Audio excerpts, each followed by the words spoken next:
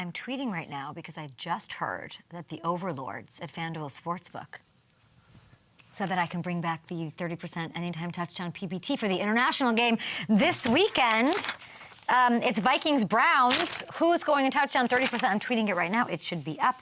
FanDuel Sportsbook guys, take screenshots. Tell me who you're going to go for. I'm so excited that we get to bring that back for the second international game in a row. What a game last night. I mean, Mac Jones. Mac Jones is my one spot. He is my wish list. Dear Santa, can I get Mac Jones on the program? We're going to talk to him. Donte Whitner, three-time Pro Bowler. We'll break it all down from every angle. And then we have Kevin Durant and his picks for Week 5.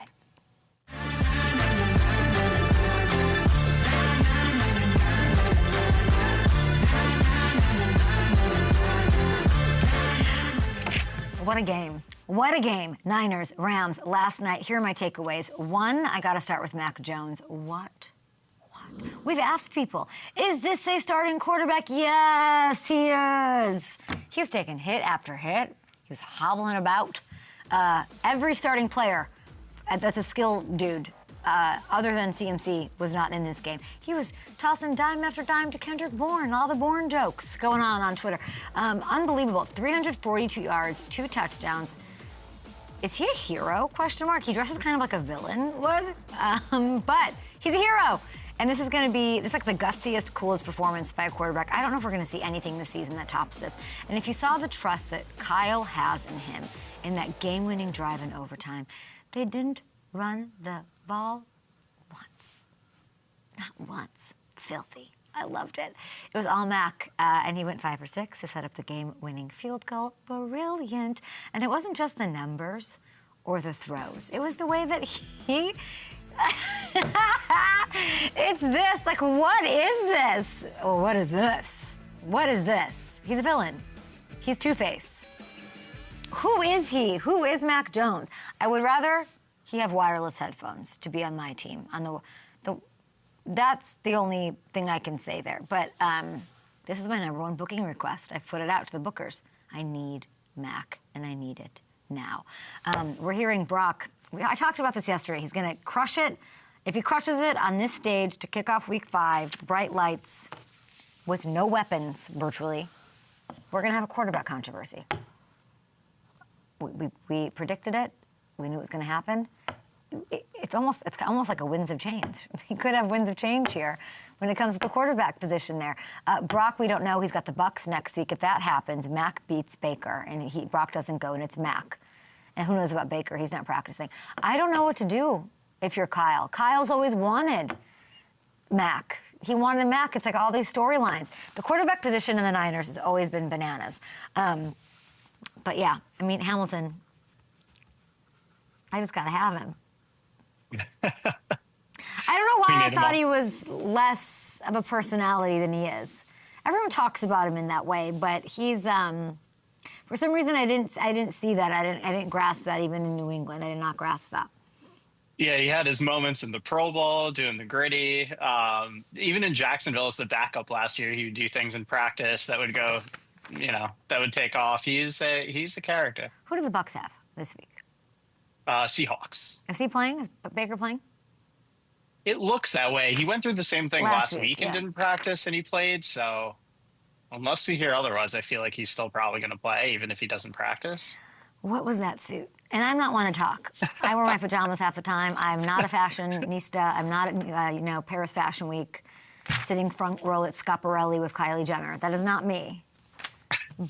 But that is, where does he get them? Is this like like... It is. He's got to have these custom made, right? Like... This isn't something that actually exists. It's giving Topshop in the best way, but it's also like the pants are so short. I'm not one to judge because it's working for him, and he's got the balls to do it, which I love to see. Yeah, and this Brock thing is just, I mean, Brock's watching. That's tough. That's a tough look. That's a tough thing. And then like Brock, those teammates love Brock. They prop him up. They hype him up. They have all these things. And Brock's proven himself, and I'll maintain that. They have 2 good starters. Why does Kyle loves... It's like when you watch... Everyone has that friend that's always got, like, the love problem. you know, where it's like, why, you know, I'm torn. I love these two. There's always some tea. Like you go catch up with them and they're like, I'm in love with two people. The person who's in Iran, that's Kyle. Because that is self-made. That is self-made. Like, I don't know how I ran into him at my hotel. I don't know how I, like, whatever. Like, he's just in the street. Like, how did that happen? How did you, what is the tea here? That is Kyle Shanahan with these quarterbacks. I will say he did have this game, Kyle. We're not just poking. I mean, Kyle, what a game. This was let me show you stats. I don't know how you have anything bad to tweet about Kyle Shanahan. This was I'm here to show you who I am. Who the bleep I am. He's been so successful. But there's been so much thrown his way since that Super Bowl loss to KC and, you know, the lost season 2024. Man, he is such a good coach. That's not a real good take, but no one is dealing with more injuries in the Niners right now. No one. And it's like he went out there and beat Sean McVay with both hands tied behind his back. That's what it felt like. I know the Shane Steichen and Liam Cohen turnarounds are great stories, too. If Kyle keeps this going and they win this absolutely loaded division, which, by the way, they're 3-0 against right now, how do you not give him Coach of the Year? How do you not? Let me know. I've never seen someone navigate this many injuries this successfully. It was easy for him. Part of me thinks he takes pleasure in it in some weird way. Like with the second I saw, oh, this is a Thursday. I told you guys it was going to be the game of the week. I told you. And everyone was saying, oh, but they're injured, they're decimated. They're not. No, he like loves this stuff. Don't you understand? He's sick. He loves having to pick between two quarterbacks and like having draw. Some people thrive in chaos. I recognize this. I see this in him. He loves saying, this is an opportunity for, you know, Kay's going to talk about me tomorrow. If I pull these things out of nowhere and call a perfect game without much help as far as skill positions go. My final takeaway, how much of a difference does it have to make a good kicker? Come on, guys. Eddie Pinheiro, okay? 4 for 4 last night. 59-yarder. I didn't go to the game. I was going to go, and then I got in bed at like 5 p.m. and never left bed. He's now 11 for 11 this year after the Niners dropped Jake Moody to scoop him up. Sorry, Moody. This team would legitimately be 2-3 if they didn't make this move. I just want to point that out. And I don't know how the heck he was available with all the kicker issues happening around the league. You know, I don't know. Maybe it's like a rap on him that existed once, that he's accurate, but he doesn't have a big leg. I think that was a thing at one point. Look at that 59-yarder, pretty good. And by the way, saying that Eddie Pinheiro is accurate is an understatement. He is the second most accurate kicker in NFL history right now. We love it for Eddie. We love it for the Niners. And Hamilton, if I do say so myself, I was on top of that kicking situation 2 years ago. Yeah. I'm not kidding, I was. I was like, this isn't going to be your guy. No. Yeah. No offense. You said it. You said it 2 years ago. You said it's going to become a problem at some point. It absolutely did, and they're extremely fortunate a guy like Eddie was out there. And yeah, I mean, you can't be better than he's been. It's funny that it sticks out to me because I never have a kicking take.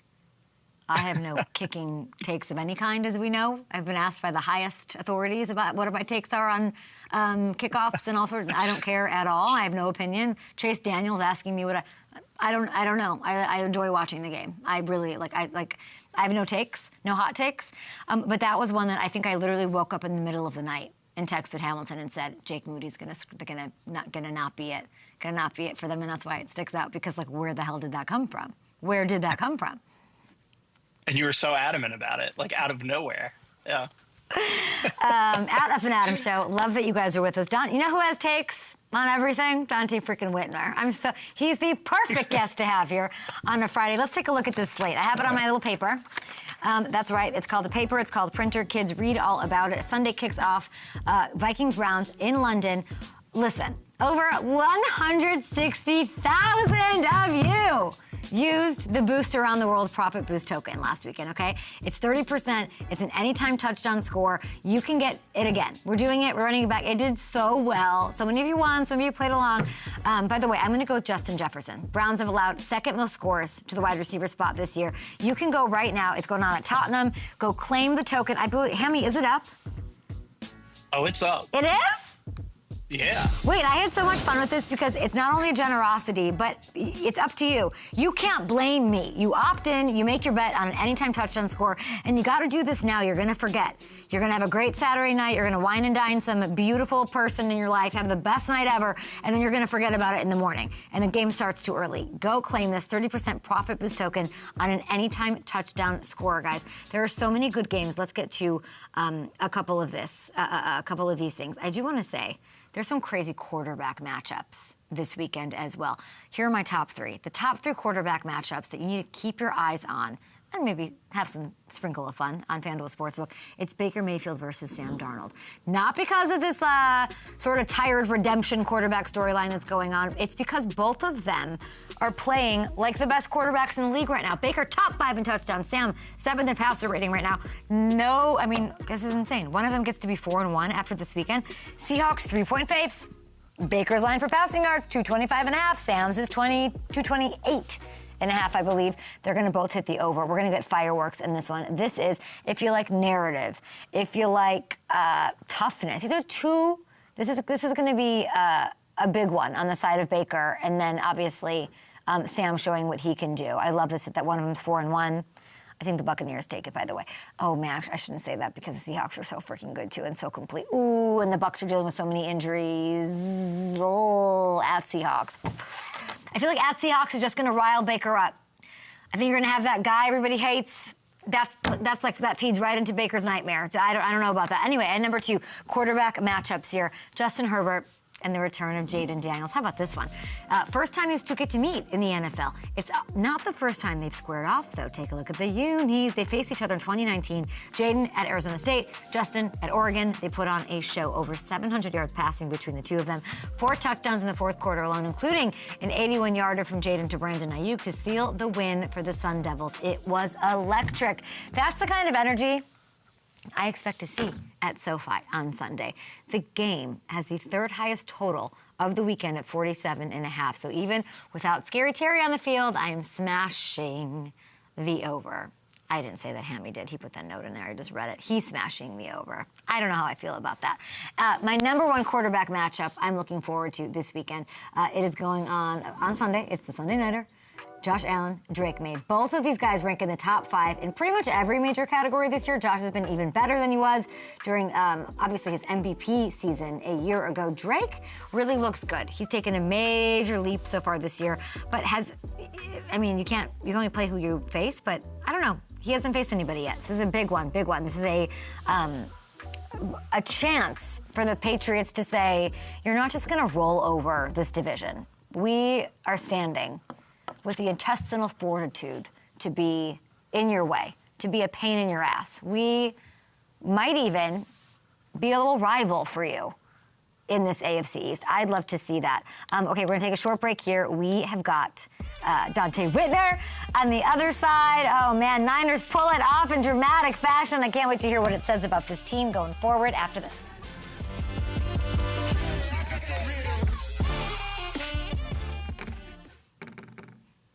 I really can't wait for that one with Drake. Imagine your first primetime game ever being in Buffalo, that whiteout thing that they're doing against Josh Allen. Following Mac Jones, Learn a lot about him. Yeah, that too. I'm not kidding. Yeah.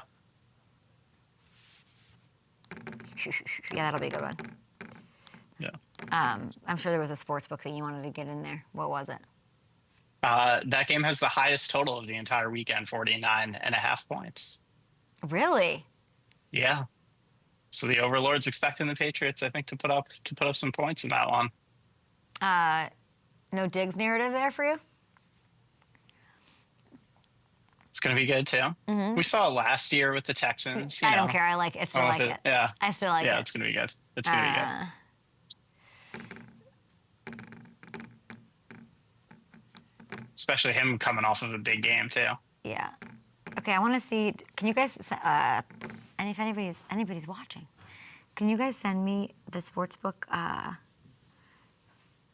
If it's up, can you fans send me the screenshot of it being up in the carousel? Do I have good placement? Everybody, let me know.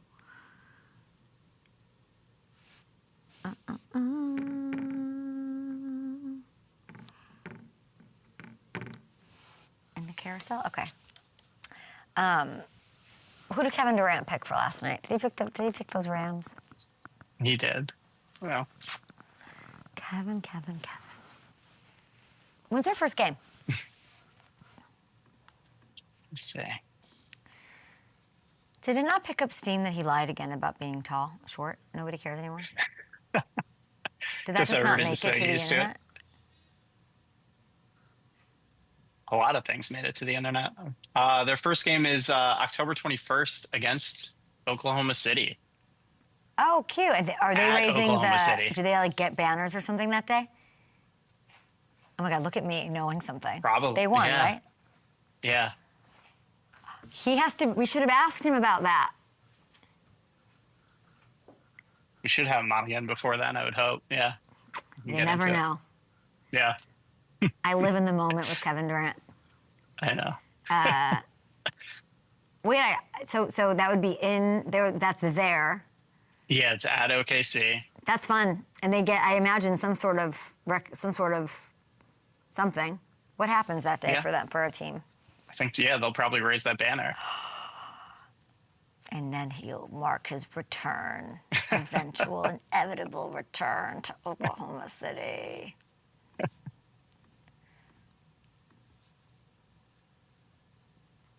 Okay. On the ground, does he make it? It doesn't look like he didn't have the ball is out. When did it come out? The 49ers think they have stopped him short. They're already on the field. They're already celebrating.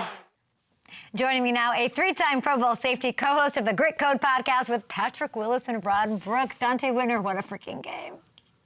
Amazing game for the 49ers. And the funny thing about that last play there, they ran that same play earlier in the fourth quarter on 3rd and 1, and they picked up the first down. Okay. Which just shows you the resilience and the grit of the 49ers to stop it in that big moment and come away with the big victory. They're doing this with these backups, Mac Jones, Alfred Collins, like everyone's stepping up. Who is that? Is that, do you want to give a little love to John Lynch, more to Shanahan? Like, who deserves love this morning after that gritty You want to win? give love to the entire organization because they've really been through a transitional period where they've been losing some guys that you're accustomed to seeing, the Deebo Samuels, the defensive line, the Nick Bosa's, the guys being out with injuries. But when you have a championship organization and you go about your business in a certain way, you're only going to win games. And the 49ers right now are 3-0 in the NFC West. So if they can continue to ride this wave, get some guys healthy, you might see the 49ers deep in the playoffs again this year. I mean, they're 3-0 with Mac Jones. What do you make of this character? What do you know? Why is it working with what he looks like, his demonstrative behavior on the field, in the tunnel, and then what a baller he is when really it's just Christian McCaffrey out there healthy? Well, you have to look at his coach, Kyle Shanahan. Look at what he did for Sam Darnold from last year being a backup to Brock Purdy, and now he's having pretty much the most successful early season of his career. Look at what he's doing with Mac Jones.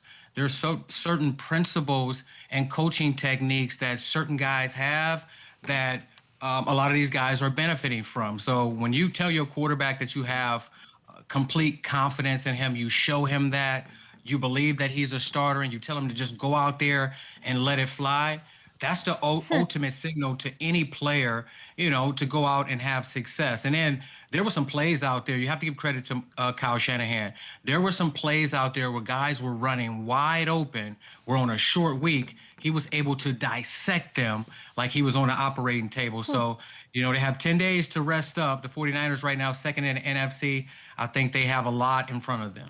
When you're on an operating table, you can't mess up, Yeah. You can't, you'll ruin something. You can't turn the ball over, and Mac Jones isn't doing that. So you're giving a lot of credit to the coach. The coach also coaches Brock Purdy. What is the difference? The difference is the offensive line was not solidified. When you look at the games where Brock was playing, he was getting consistent pressure in his face, and he had to force some footballs into some tough areas. And even though they won those games, he fought through adversity. So the difference with Mac Jones and Brock Purdy, they're similar in what they can provide for this offense. It's just times where Brock Purdy was pressing. So it's not going to turn into a quarterback controversy. I know what you're thinking. I think that, Mac Jones has shown the rest of the league what he can do and that he's a starting quarterback in the league, but this is Brock Purdy's team to lead. I'm not thinking it's a quarterback controversy. I just knew that if he performed well against this defensive front last night without skilled weapons and didn't press like Brock Well, they had is skilled doing, weapons. They had skilled weapons. Yeah. When you think about Kendrick Bourne started his career with the San Yeah. Francisco 49ers. So he identifies with what the 49ers want on offense, and you saw it last night with the precision. And then remember, this is a full circle moment for himself and Mac Jones because they were together in New England. Yeah. He was Mac Jones' #1 wide receiver in New England, and it just so happens on a Thursday night football game that they both have career games. So shout out to Kendrick Bourne. They have weapons out there like Jake Tungus, the young rookie that stepped up and had a Crushed it. touchdown early in the first quarter. They have guys that they've developed. You just haven't heard of them yet. I don't want a quarterback controversy. They have 2 great quarterbacks, sounds like, in a great system with an insanely brilliant coach who showed everybody I should be the head coach or coach of the year front runner. That's what I think we saw last night, and I think he did it quite easily. I think he could have done it with a blindfold on. It looked just surgical, like kind of what we're saying from the Kyle perspective. What needs to happen? The difference is that Brock's turning the ball over, Donte. How does he minimize that?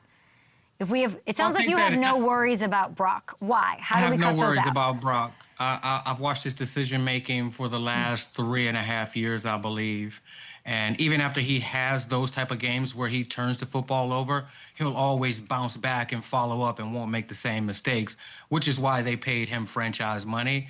And he's dealing with an injury.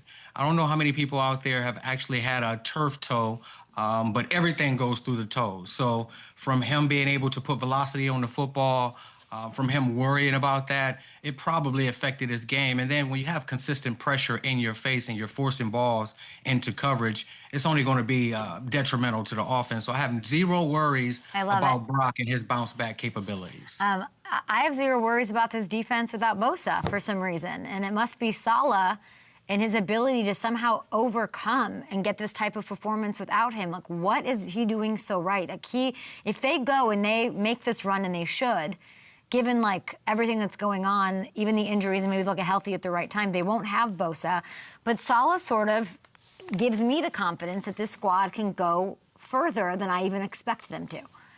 Absolutely. And Robert Saleh have done a great job of manufacturing pressure without Nick Bosa. And last night you saw it. A few of those blitzes where he's bringing the weak side safety and he's bringing the weak side linebacker and D. Winters. They had a couple blown coverages in that because they have to check out of that. The outside guy has to take that back to the flat. But for the majority of the time, they're solid and they play fundamentally sound. They rely on basics. They rely on their teaching, and then they're led by, one of the greatest linebackers, if not the greatest, he's becoming in Fred Warner. His ability to lead no matter who is on the field and, play at a high level consistently. For him to be in his 9th year and to have only missed 1 game and consistently get better and to finally pass Patrick Willis for the forced fumble record for the 49ers history, he's just accelerating this defense. And when he's out there, they all believe. So if they continue to work, they have a bunch of young rookies that they're working in. If they continue to get better and better, I have no doubts that this defense can end up, finishing the season top 5 ranked. On the Grit Code podcast, what will Patrick think of that if that happens, if he passes him up? Well, we did talk about that yesterday when we recorded. He did pass him up. He did. I think they were both tied for 17 forced fumbles, and they do it in a different way. Okay. Patrick was more of an impact hitter and knocked the ball out. Fred Warner is more of a mechanic. And on the podcast, Pat talks about, having boxing lessons with Fred Warner in the offseason, awesome. And how he actually practices that to punch the football out, and it just translates to the game. And then we talk about mastery.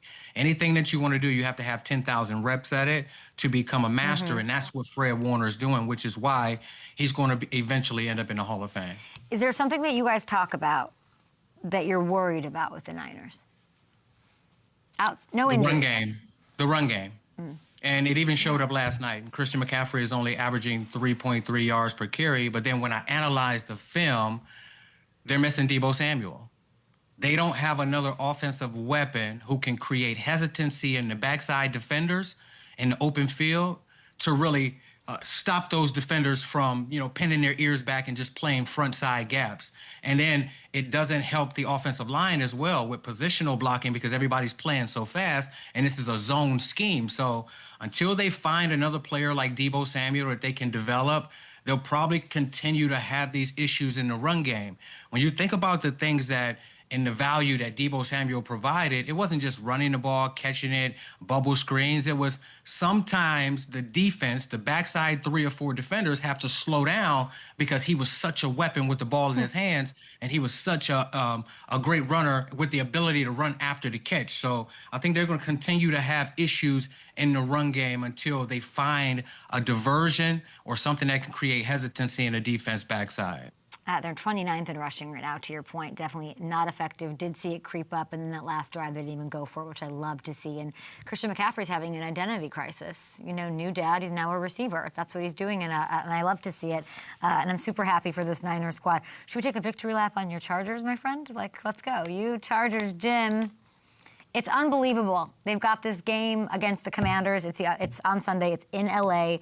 as well. When you think about just even that matchup, where does your head go? I think there's going to be a phenomenal game. But knowing Coach Harbaugh coming off a loss, I know that he's going to have these guys ultra prepared. And when I look at that team, they had a setback last week to Jackson Dart and the New York Giants. But when you look at the way that they're built to go far into the playoffs. And with the Kansas City Chiefs having these hiccups, yeah, they beat up Baltimore Ravens last week. But I don't really believe that they have that championship magic.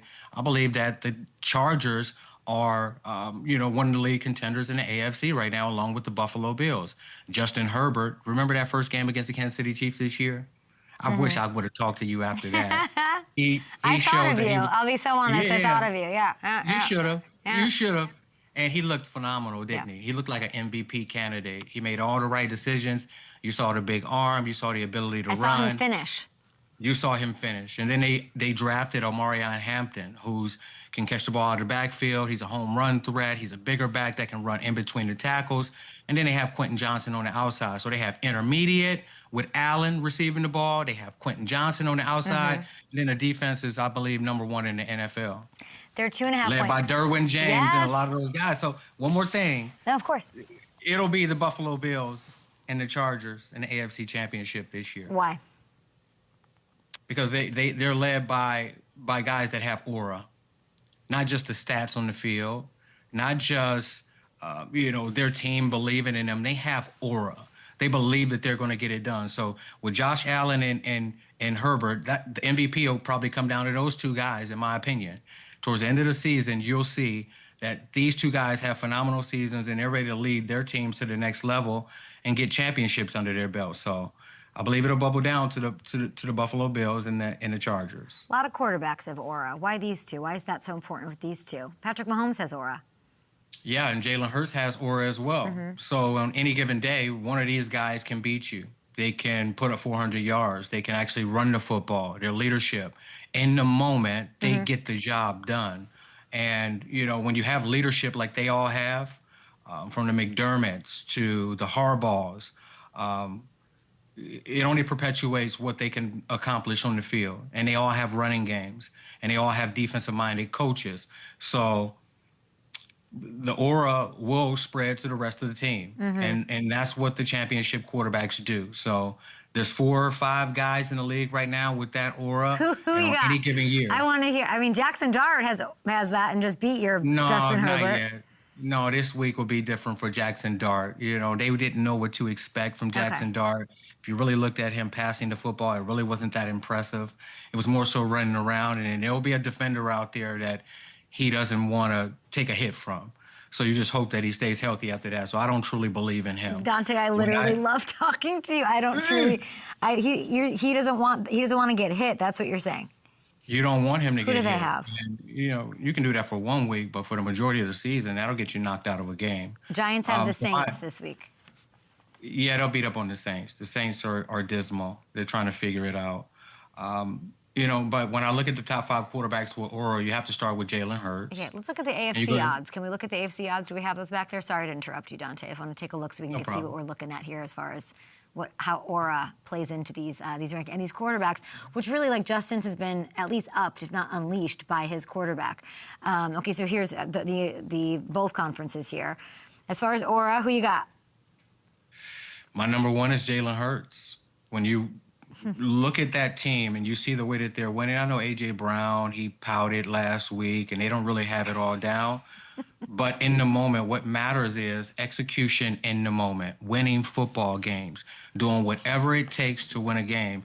And he was prepped from this, from everything that happened in college, from the adversity and the circumstances that he had to fight through.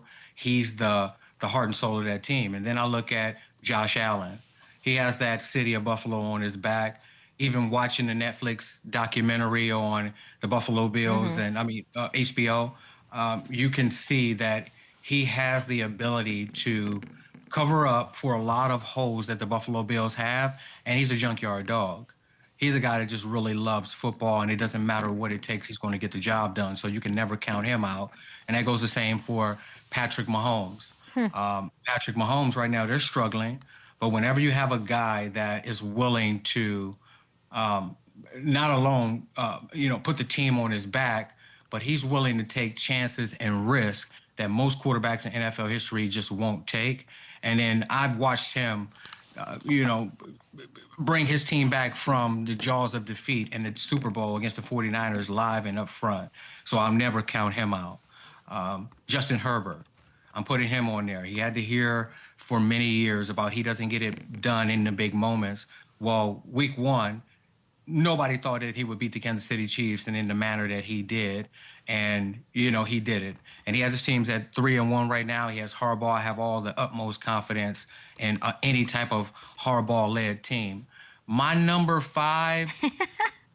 I'm making my list too. Hold on. Keep going. My number 5 is Lamar Jackson. Okay. That Baltimore Ravens team is nothing without him. And it was a combination in previous years of Lamar Jackson, his ability to flow and make plays easily with his arms and his legs, and that defense being dominant. The Baltimore Ravens doesn't have a dominant defense this year. They're a shell of their former self. They're dealing with injuries.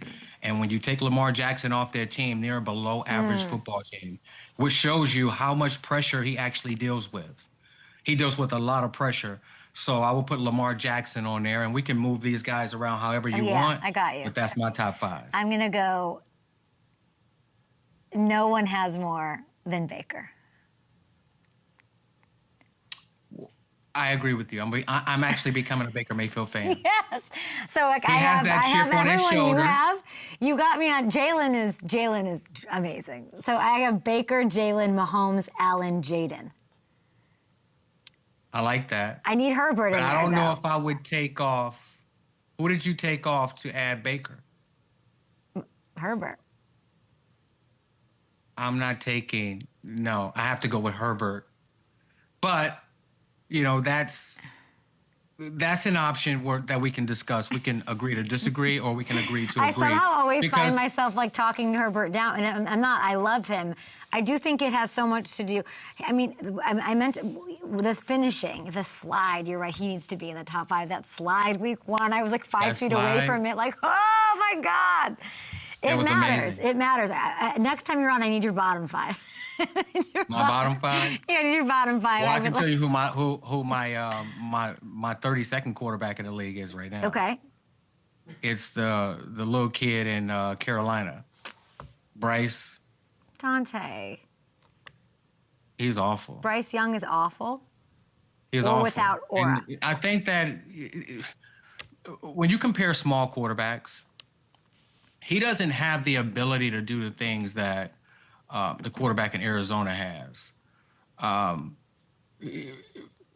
Kyler Murray. Ceiling, yeah. Yeah, he's more of a traditional.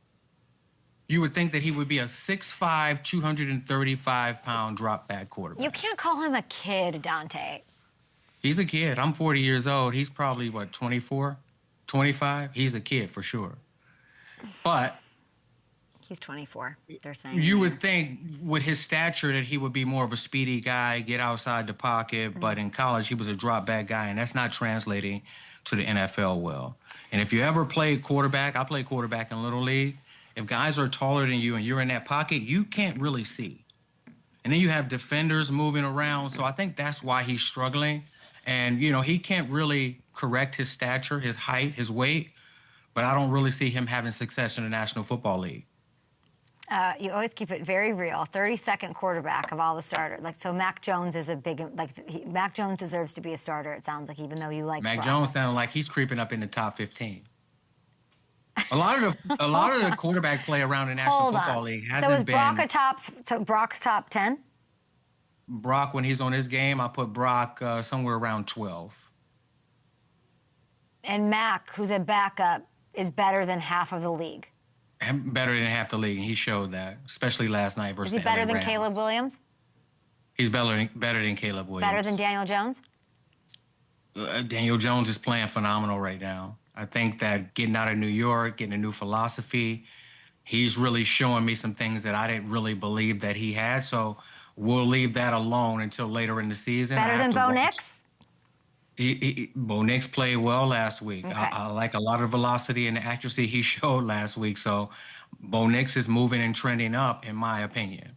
I do want to get back. We got a beautiful tangent. I really quite enjoyed that. And I like that you like Baker, and I feel like that's like that could have gone either way, though, with you, Whitner. I can't figure you out because I know why you don't like Jackson. You just got me thinking, actually, they might take care of the Saints, but the Saints watching him dance and be like the happiest little rookie, Cam Jordan might just teach him a lesson this weekend, right? That works on a defense a little bit, right?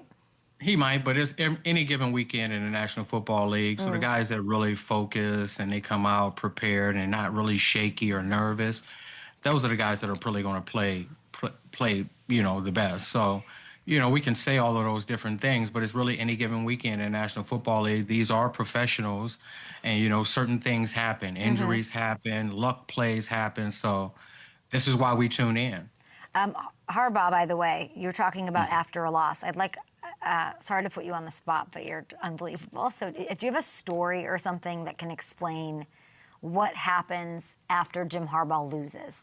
Because to your point, in the next game after a loss, he has won 13 times in his coaching career. You and Harbaugh lost back-to-back games together only twice in 3 seasons in San Francisco. What is going on?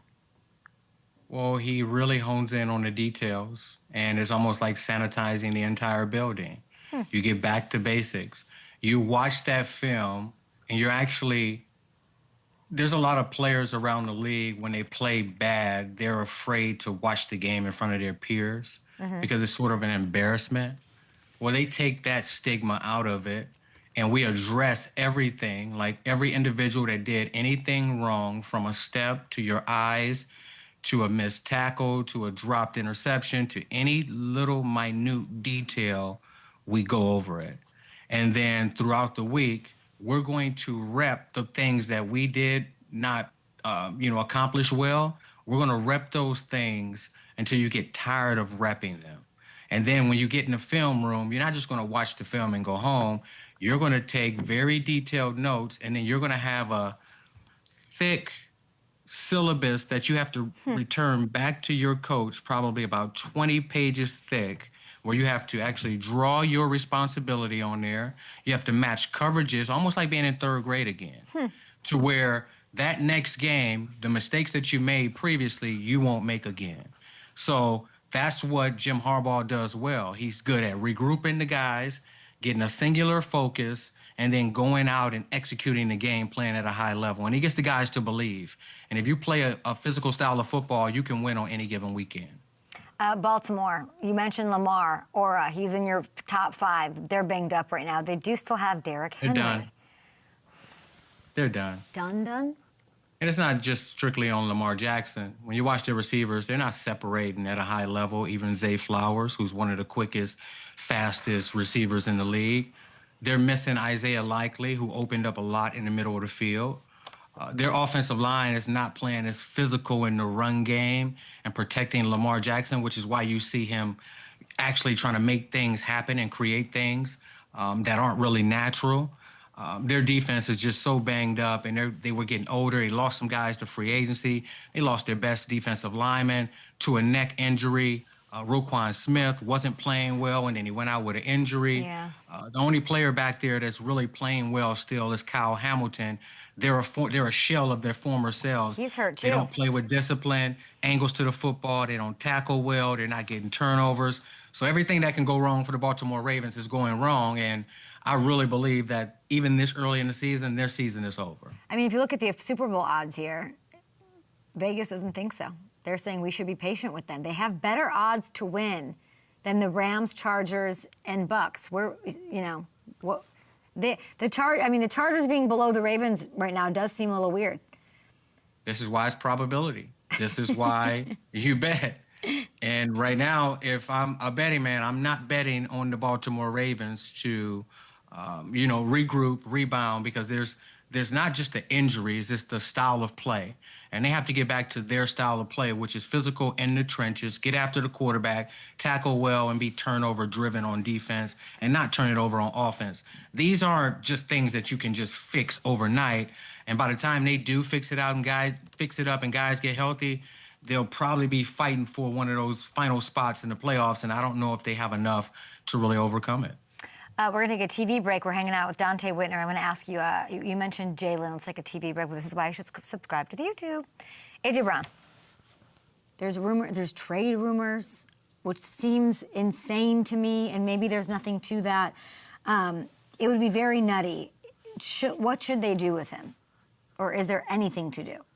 Well, first and foremost, let me say this about A.J. Brown. I believe that he's a Hall of Fame caliber player. He's one of those guys that I look at like a Calvin Johnson, big, fast, strong, reliable #1 receiver. But I feel like he's a walking contradiction. And I say a walking contradiction because you ever see those intentional things that he plant in front of the media? Like he'll drive a Honda to the car. You're like, oh, he's financially healthy and financially literate. He makes good decisions. He's so mature.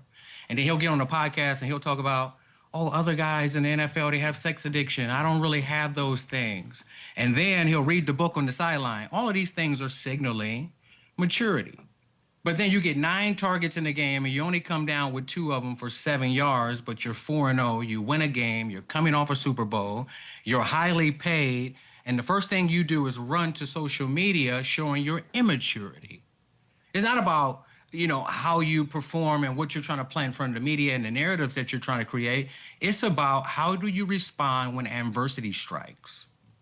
So I would say my advice to him would be more Jalen-like. When I look at Jalen Hurts, I really feel like he's a 40-year-old, mature man that can lead that team to a dynasty. So everybody else has to be on board. And I know this is a stats-driven league, and everybody's worried about the stats and getting paid, but A.J. Brown, you don't think the organizations around the National Football League and players and your peers and colleagues know what you provide on the field? So if he goes out and you create a dynasty and you win 2-3 championships, you can demand whatever you want in the market, and it sets you up properly for retirement. So that would be my advice right there. So when it comes to A.J. Brown, I do think that is a lot of the trade stuff is warranted. They're not winning primarily with him.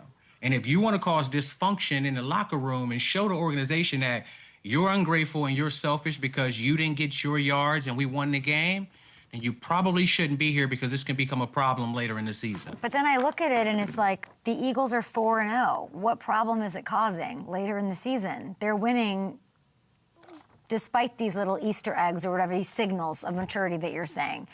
But they haven't won in a way to where it signals, okay, we're on our way to our 2nd consecutive championship. They've just been getting by in the way that they won. They had to find a different variety of ways to win. Sometimes it's Saquon Barkley, sometimes it's Goddard, sometimes it's the defensive line and the Georgia Bulldog guys. Sometimes it's the cornerbacks and the defensive back stepping up. It's a great game plan from Vic Fangio. It's not just drop back 50 times and throw the ball to Devontae Smith and A.J. Brown. We have other ways to win, and that's what a championship organization does. It finds a way to win, and it builds dynasties. It's that big of a concern, you think, whatever this might... I think so. It's Because hard for a me lot to of those close understand games, that, if they don't pull those close games out, Yeah.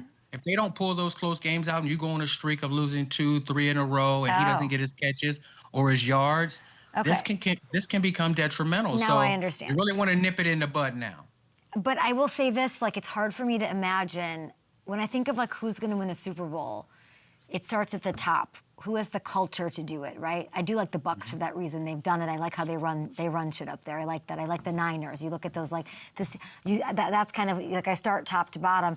And there's no team better than the Eagles with that, right? Like, if it can't work there, what team's going to inherit? Like, you mentioned Jalen right away. Jalen's like the perfect quarterback for somebody who might want the ball, right? He can handle it. Nothing puts him off kilter. He's water. He's not going to get affected by any chirping or book, right? Like, so it's almost like, is it wrong to think like that? No, Philly's the perfect place for AJ. Where else could AJ thrive? AJ be, I guess. You know what I mean? Like, what other team? Well, there's a bunch of other teams in the league that aren't winning games that would love to have him out there and Ball throw out. him the ball 15 times a game. Where And should he go? He doesn't want to be in that situation like he was in Tennessee. You don't want to be back in that situation. You want to be playing meaningful games on Thursday, Sundays, and Mondays. And you're not going to get that if you're not with the Philadelphia Eagles. So they can nip it in the bud right now. Where should he go? What's the Well, team he you should could see? go. I could see him going to the New England Patriots. They like to pick up other people's misfits. They like to pick them up, especially at the wide receiver position. Remember, not calling him a misfit, but, Randy Moss has so many different perspectives about him out there. But that was Bill. And he did. He went there with Bill, but they sent him there to correct his behavior. But then once Bill left, they sent guys there. That's why Kendrick Bourne had to get out of there.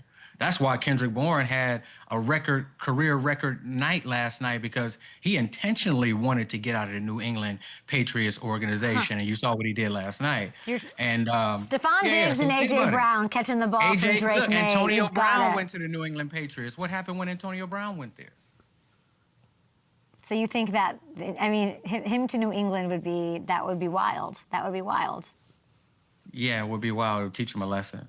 So you really want to get the message now so that you can create a dynasty. I love that. One last one for you. Your Buckeyes had so much turnover this season. By the way, they're a little Baker. I'm proud of you with the Baker objective take because of that. But your Buckeyes are the favorites to repeat as national champions. Let's go plus 500. Why will they repeat this week? And they got Minnesota this week.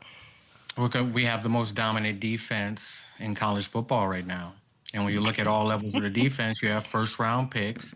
We're only giving up 6.5 points a game.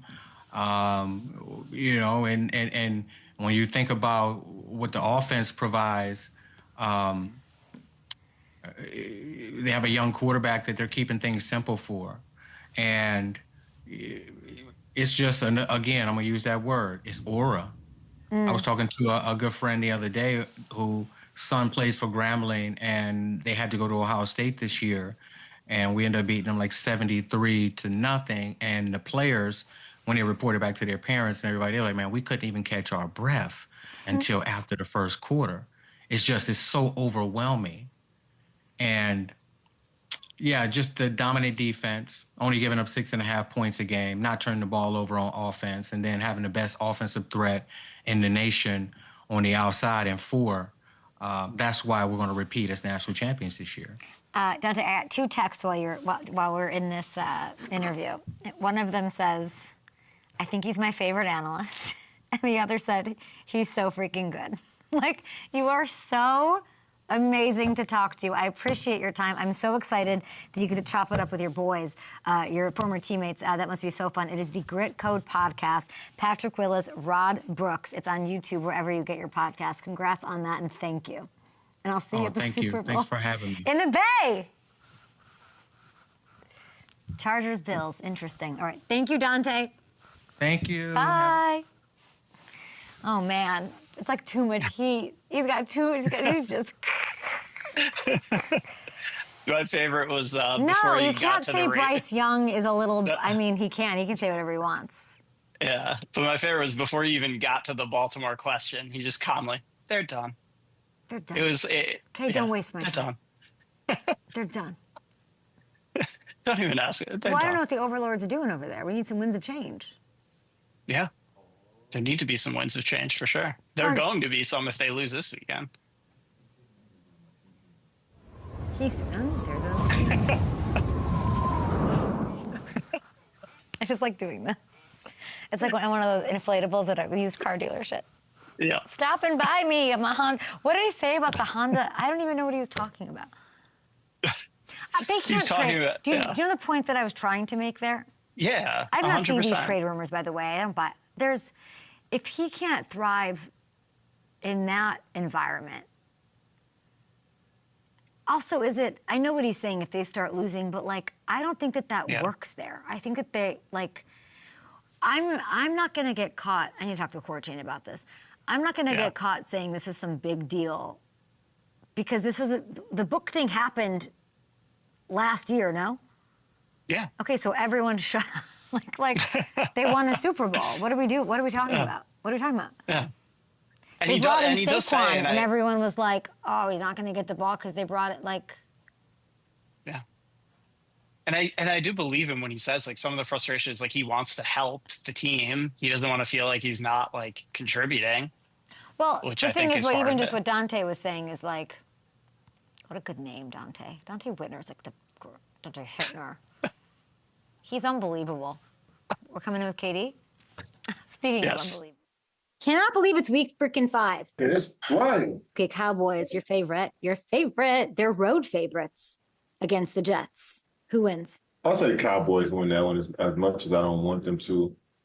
I just think the Jets are in between, like, figuring out what type of team they want to be. But the Cowboys have been right on the brink of like winning games and scoring a lot of points. So I would say the Cowboys right now because I feel like the Jets still figuring out who they want to be. Eagles favored against the Broncos at home. Does Philly stay undefeated, Kevin? I'm gonna take the upset. I'm gonna go with Bo Nix.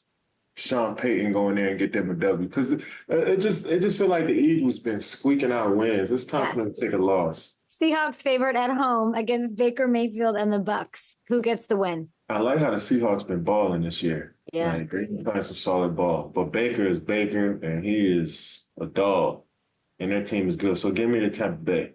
Tampa Bay, love that. And your Commanders in LA, underdogs like we talked about, to the Chargers. I already know who you're picking, but why does Washington win this game? I'm biasly picking my Commanders, but it's going to be tough for us to get this W, especially if our quarterback's not playing and our number one receiver's not playing. But I'm picking my Manders. And I love what Mariota's done the last 2 weeks. Came out there and just balling, you know what I'm saying? So, yeah, I'm going to take my guys.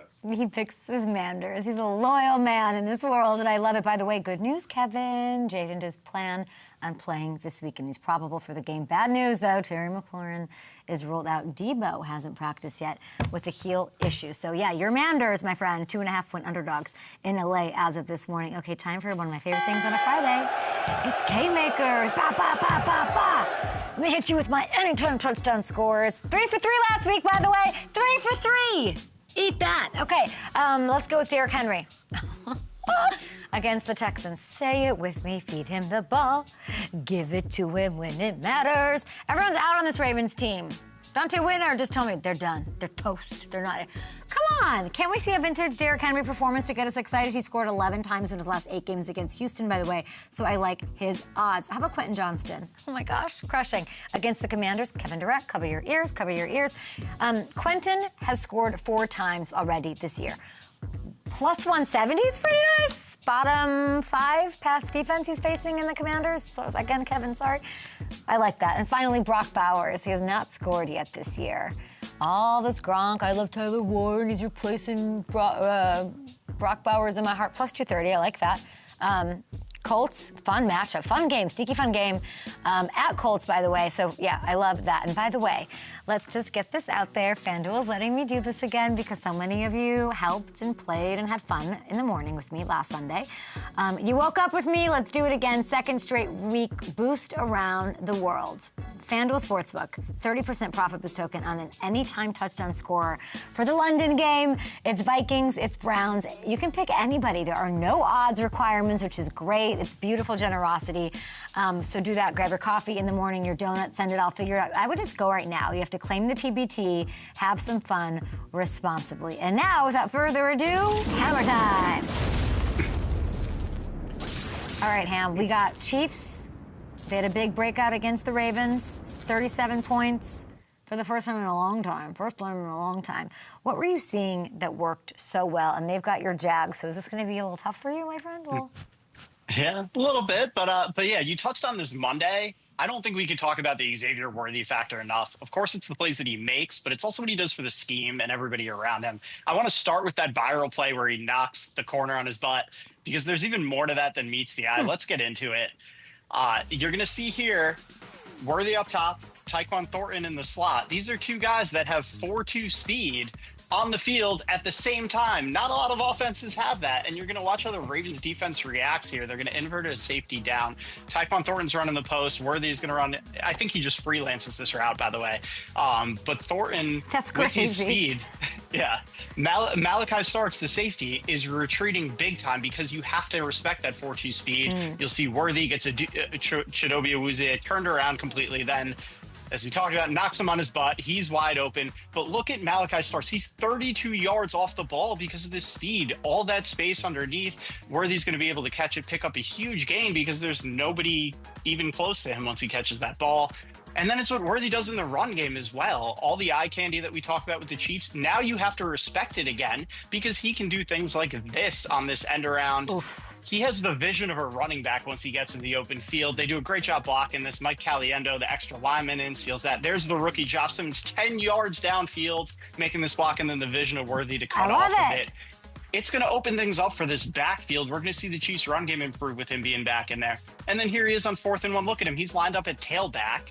Kyle Hamilton is the ball snapped. It's in Mahomes' hands. He's still pointing at Worthy like, hey, we got to worry about Worthy. He's in the backfield. Hollywood Brown is going to run a post sneak right behind him. And as this unfolds, you'll look at that. 2 Ravens go to Worthy.